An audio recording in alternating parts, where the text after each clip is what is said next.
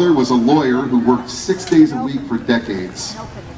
Even though his parents, according to our standards, had good careers, the family was very poor, to the point that they were never even able to buy a car or new furniture.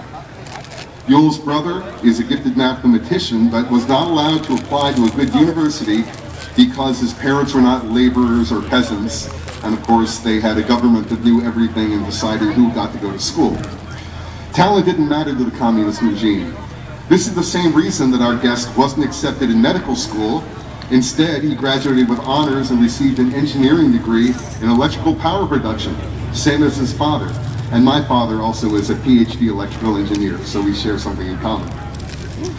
Since early childhood, Yules' mother explained that the USSR was an evil empire, a government that exploited its people, lied to its people, oppressed its people, and killed many, many millions of innocent people, among them his grandparents. Among the millions of people killed, by the way, by the USSR were Yules' grandparents, and that makes my heart very heavy. Yules feels the need to explain to Americans how a totalitarian government operates. He feels that what happened in Russia is developing right here in the United States of America. Please give a warm welcome to Yules B. Gouraud. Here he is. Well, let me tell you a couple of things about myself. I grew up and spent many years in the Soviet Union. I consider those wasted years, 30 years of my life.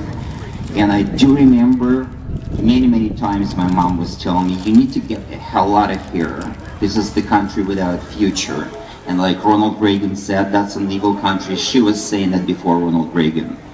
My only source of information for you to know, there was no conservative newspaper. There was only 2 government-run TV stations, and there were newspapers that were called Pravda. I called it Lies, which was supposed to be truth in English, but I called it Lies. There was another one that was called Izvestia, which means news. I called it lack of news. There's hardly anything. It's all about the Communist Party. So my information and my education came from a little shortwave Grundig radio, and I was listening to Voice of America. And that was 2 big events in my life every week to get that radio station going and be quiet, basically under the covers, and that's how my mind was formed. I was planning to get the hell out of the Soviet Union. I wanted to, I was introduced, I wanted to go to medical school, but my parents found out that they had to spend all their life savings to bribe somebody in the admission commission in medical school for me to get there. So I definitely could not, the family could not afford that. But I have to explain that education, even high education in the Soviet Union, was free of charge, or supposedly free of charge. And how do you think they managed that? How the government managed that? Very simply, they just taxed everybody's salary so high, so people were making hardly any money. Like my parents were bringing home, my father was bringing home $40 a month, my mom being a lawyer bringing $35 a month, and the buying power of those little dollars was very minuscule. So, despite the fact that it was a free education, it was not free at all. The whole country was paying for it. And I wonder if you know they had already universal health care. So if you are getting sick, you go into the hospital and you don't have to pay anything. But when you don't have to pay anything, you're getting nothing. Being in the army, I was seriously injured and I had to be operated. It was a long surgery. So the best painkiller after the surgery they came up with, that was aspirin. So the nurse was giving me a pill of aspirin while I basically only screaming from pain. So my father came to nurse me because in the government hospital, government-run hospital, there was only 1 nurse per floor for 58 rooms. And I'm telling you, it was stinky, there's no air, there's no medications. So I told Papa, I really need something to deal with my pain. Pain is excruciating. So he was quite, creative. He went to the grocery store and he bought Stolichная, and he smuggled a few bottles of Stolichная in the hospital, put it underneath the bed. So when all bureaucrats were leaving around 4 o'clock, all doctors and most of the nurses, I was reaching underneath, getting my vodka, gulping maybe 8 to 10 ounces straight, and I have to tell you, it's a disgusting warm drink. It's not a martini at all, but it knocked me down, and that's how I stayed pain-free and probably killed my liver during the months of drinking vodka. So that's the universal health care. While the bureaucrats, party bureaucrats at the same time created a separate system, very sophisticated medical care only for themselves. Some sort of like Mr. Obama is getting, you know, his personal physician, available 24 hours a day. So they had similar services. And at each clinic or each hospital, there was a police officer assigned there not to allow simple citizens to be accepted in that hospital because it was a government hospital only for the government employees. But the rest of the country was getting the free health care. I left Soviet Union. That was the greatest event of my life. Ended up here in Tuscadera from all the places, and live here with my wife. She's right there, Laura. She is adorable, and she's a big patriot of this country, despite the fact that she was born in Chicago. She was a good seed in Chicago, and she ended up here. She likes vegetables, but not as much as Michelle Obama does, you know? So I think she's more into hot dogs, what she would buy right now. So I live like right in the western side of the Tuscadera with a few dogs. There are somewhat disabled dogs and a few cats, and a gang of chickens. And I'm thinking, I'm comparing my life with the life of our president. He does have a garden. He is protected by Secret Service. Who is protecting me? Because I'm so far away from the rest of it, from the downtown. So if something happens in my house, it's only going to be two of my friends, Smith and Wesson. They're going to protect me. By the time police will get to my place, I will be dead. There's nothing will be left. My wife will be probably raped, and I will be just killed. That's how it happens. It takes several minutes. I have another friend, his name is Jim Bing. We meet with him tonight, every night, quite often, and he actually helps me a lot to deal with frustration I'm developing with the politics that's happening in this country. But actually my goal was here to tell you a real story and explain how tyranny develops. Because when the Soviet Union started, nobody thought about it as a tyranny. Everybody was thinking, wow, what a great deal is being proposed by Comrade Lenin. And what he proposed is to take the land from the landowners and to take the fabrics or factories from the factory owners. And he said, we're going to give you the land, and the peasants will be working the land, and it will be your land. And to the factory workers, he said, and we're going to give you factories. You will be the owners of the factories. And everybody said, wow, what a deal, great deal, we support Bolsheviks. They were called Bolsheviks, then they called themselves socialists, and then they became communists. So that was the first step. And what he did also, one of his first very direct laws was to surrender the guns, because Russians were very heavily armed for many, many years, for hunting, for self-defense, and he expected some resistance from the population. So he issued an executive order to surrender all the guns. And the punishment for not following his executive order was actually a death penalty right in your courtyard or backyard. So if somebody, if your neighbors is telling Chekha, that was a former KGB, it was a Chekha. If somebody would be sending them information that you have guns and you decline to surrender them, you probably would be executed, and a lot of people did. Why did he do it? Because he expected huge resistance against his reforms from the landowners and from the factory owners. So he tried to eliminate that resistance, and people still managed to keep the guns. Then, after Vladimir Lenin passed away, and the state of economy was horrific. I mean, it came better for a little bit, but then Comrade Stalin came to power, and he was looking for really incredible, fast-acting reforms. in the Soviet Union. And he issued his second executive order. And the second executive order was to surrender all the revolutionary guns from the people who were participating in the revolution and fighting on the side of the socialists. He said, you need to surrender all your revolvers, all your rifles, or you're going to get 10 to 25 years of re-education labor camp in Siberia. You probably heard the word Gulag, Главное управление лагерей.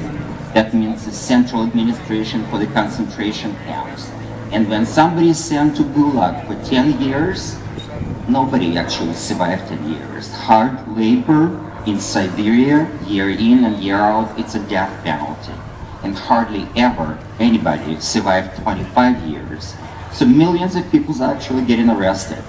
So my story was told by my 91 years old father who lives in Monterey right now. It was 29. There was an evening on 29 in their government flat. The flat was 200 square feet for 6 people. Government decided that was good enough for 6 people, 200 feet.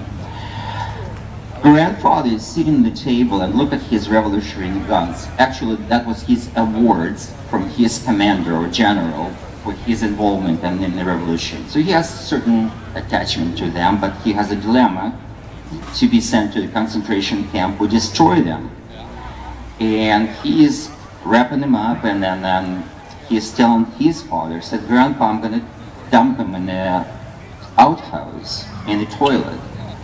And Grandpa, his name was Wolf, I never met him either, and he said, Ben, what are you doing? You're going to dump your guns, and it was 29, and then they will come and arrest you. And my grandfather said to his grandfather, don't be silly, I was fighting for this revolution. It's not going to happen, I was fighting for Comrade Stalin. And he dumped the guns in the toilet, so they were gone. And here we go, 1934, 5 years later, 3 o'clock in the morning, there was a loud banging on the door. So his wife is opening the door. There are 2 NKVD officers in 2 long leather coats telling my grandfather to get his little things, and then he was taken away like millions of others who did not have a chance to protect himself in this situation.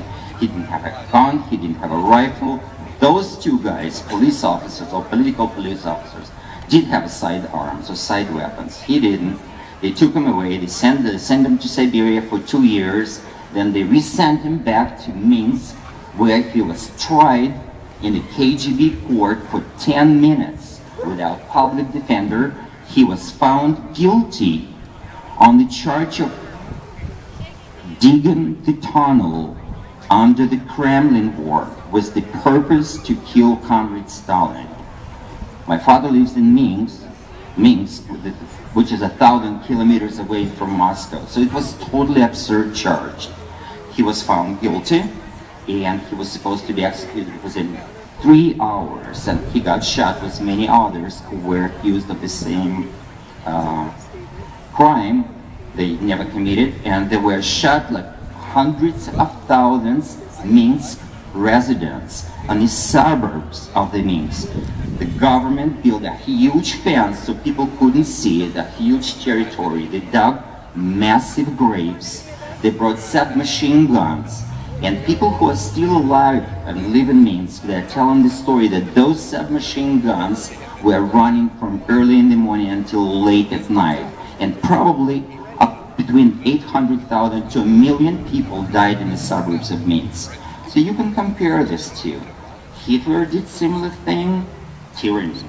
Stalin did similar thing, tyranny. I mean, total suppression of people's mind and annihilation of the people, and using people in the concentration camp as a main force of labor. So when Soviets were bragging about the development of their economy, it was only because of the millions of people, maybe 30 million, who were working in the concentration camp. So what is happening here, I see, is very similar. You probably heard the famous Chinese expression, it's called death by 1,000 cuts.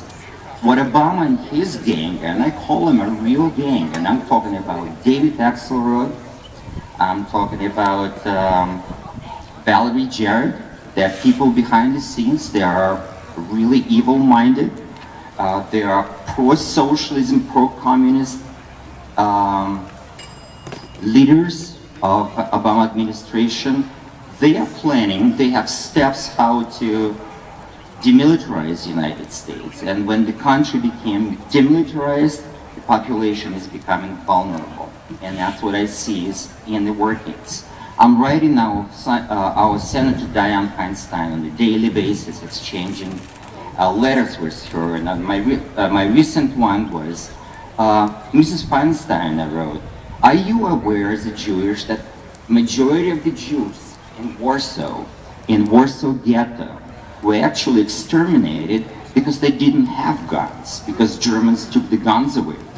And Jews would have the guns, they would probably put some sort of resistance. And they finally managed to get some guns, and there was a Warsaw resistance. And they killed quite a few Germans.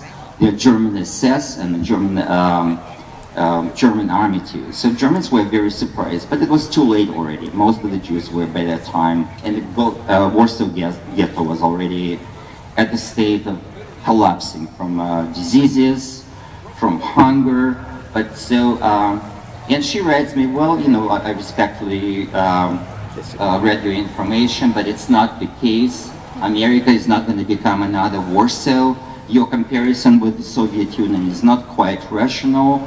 And I write her back, well, the things will become, it's incremental implementation. First you start with the guns, then you start controlling the speech, then you will say anything that can be said or criticize the government or president of this country. I already hear something like that is happening.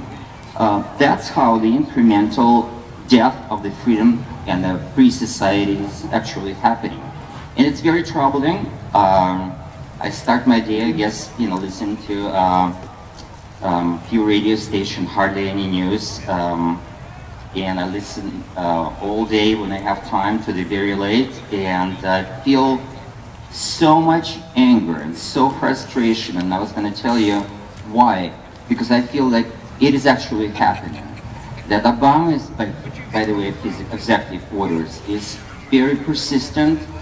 He has really bad intentions about us and about this country. His intentions to turn our country into a third world country. He's aligned with the worst leaders in the world, like Vladimir Putin, who elected himself for the third time against their constitution. So there is a little something to think about it. Why, if Putin did it, why should Obama wouldn't do it? I mean, he will have all political power, and all media, and mostly probably 55% of the population will go and say, well, we need to give this guy a little more time.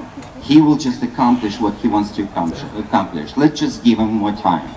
So at the end of the day, I just get so exhausted, and then, you know, hopeless in many ways. Maybe because I just don't socialize with more positive people, but I think there's a big chance that we will become a United Socialist States of America, and that would be something that we need to prevent from happening.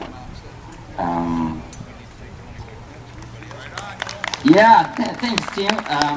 And regarding, if you hear something about, oh, the food was so cheap in the Soviet Union, it was so available. I spent literally years of my college years going into lines at 2 o'clock in the morning. My mom was telling me, get up, go on the butter line. So you go down to the store in the butter line, and there's somebody already there with the numbers. So you are the next one. So I write down my number on my hand, and I will wait for the next person. So next day at 6 o'clock, whoever wants to get a receipt, who wants to get a little package of butter, has to be there with those numbers. And then government delivers 200 or 300 packages of 8-ounce packages of butter. And that's how we live. You want to get your milk? Right after school, get your tin can and stay in a line of 160 women probably, and school children, and pray that you will have enough, they will have enough government milk in the store. I have few entrepreneurial friends back in Russia who wanted to run their own businesses. It didn't happen because government actually controlled every business. And how did they do it? If you start your business and they find you, they confiscate all the equipment, all the money, and basically the owner would be sent to jail. So that's how government was omnipotent or present everywhere. Every job was a government job. Every apartment was a government apartment. So if you're loyal to the government, you get a job. You show just the one sign of disloyalty or questioning the government, you're gonna lose the job, you're gonna lose the flat, you're gonna end up on the street. And that was at the same time they were saying the Soviet people were the happiest people in the world. They guaranteed free healthcare, free education, 24 days of vacation, paid vacation.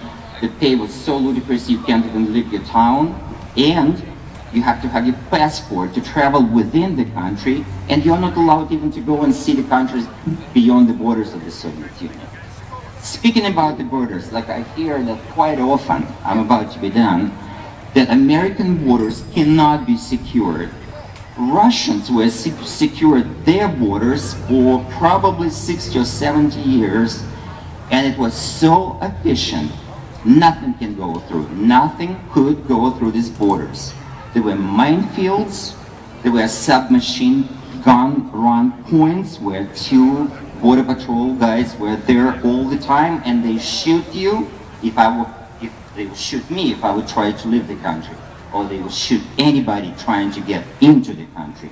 So that's how they control the border. So they didn't have any emigration or immigration problems. So when I say we can secure the border in a more humane way, with maybe without submachine guns, but it's totally doable. And when Janet Napolitano is saying that the borders are secure, I really don't trust that lady. It's just like I listened to her and I said, well, it sounds like she's lying. Yes. And well, most of them are actually lying. And that group, you know, the group of advisors of Mr. Obama, they call them czars. How many of them there? 100? Making maybe $200,000 a year, $250,000 a year. I gave him a name, Commissars, because there was already an institute of Commissars in the Soviet Union, and that's what we have surrounding our president. Commissars who actually, acting like a gang, infiltrated the economy, the social fabric, and slowly trying to change it. So keep an eye on those guys, how they're nominated, what their policy, what they're controlling. And the last thing is my big control, the big concern is an agency. It's called EPA, Environmentally Protect Agency. And I have to tell you, I should have brought some pictures from the Soviet Union, actually from Russia right now, and show how much pollution is happening in Russia. How much their power plants are spewing in the air. Nobody cares about that. This is the cleanest country I've ever seen in my life. I travel abroad. This is the cleanest air. This water comes from, I fill it up from my tap, so it comes from the Tuscaloosa Mutual Water Company. Nobody tasted it. I just tasted it. It tastes really good. The water is clean, so all that hoopla about our environment is declining is another lie. And it's another news on your mind and your children's neck. Because we're going to pay dearly to maintain the environment. I don't know what ideas they're going to come up with, but it's going to be a really pricey to the point that it's going to break our economy. And who else is doing it in the world? Nobody. Maybe a few countries in Europe. China doesn't do it. Japan doesn't do it. We're getting all garbage flowing coming all the way from China. We're not getting anything from the United States. We're not building any nuclear power plants, and they are the cleanest power plants and the cleanest energy. We're still trying, Obama is trying to implement solar power, which is extremely expensive. And what are we going to do with the solar power after the sunset? Or what we're going to do with the wind power when there's no wind? How are we going to run our washing machine, dishwashers, light, television? So that's not the solution. The solution is drilling for oil, like Russia does. And Russia is actually allocating $500 billion this year to match our budget for the military expenses. That's what Russia is doing. And Mr. Obama is going in and he's going to shake hands with Mr. Putin. That's strange. That's really mighty strange. So those are little concerns that I have about our future. The only good thing I have to tell you, there is no other place to immigrate from this country. I'm not going anywhere. That's the last bastion in the world of the freedom, and we have to protect it.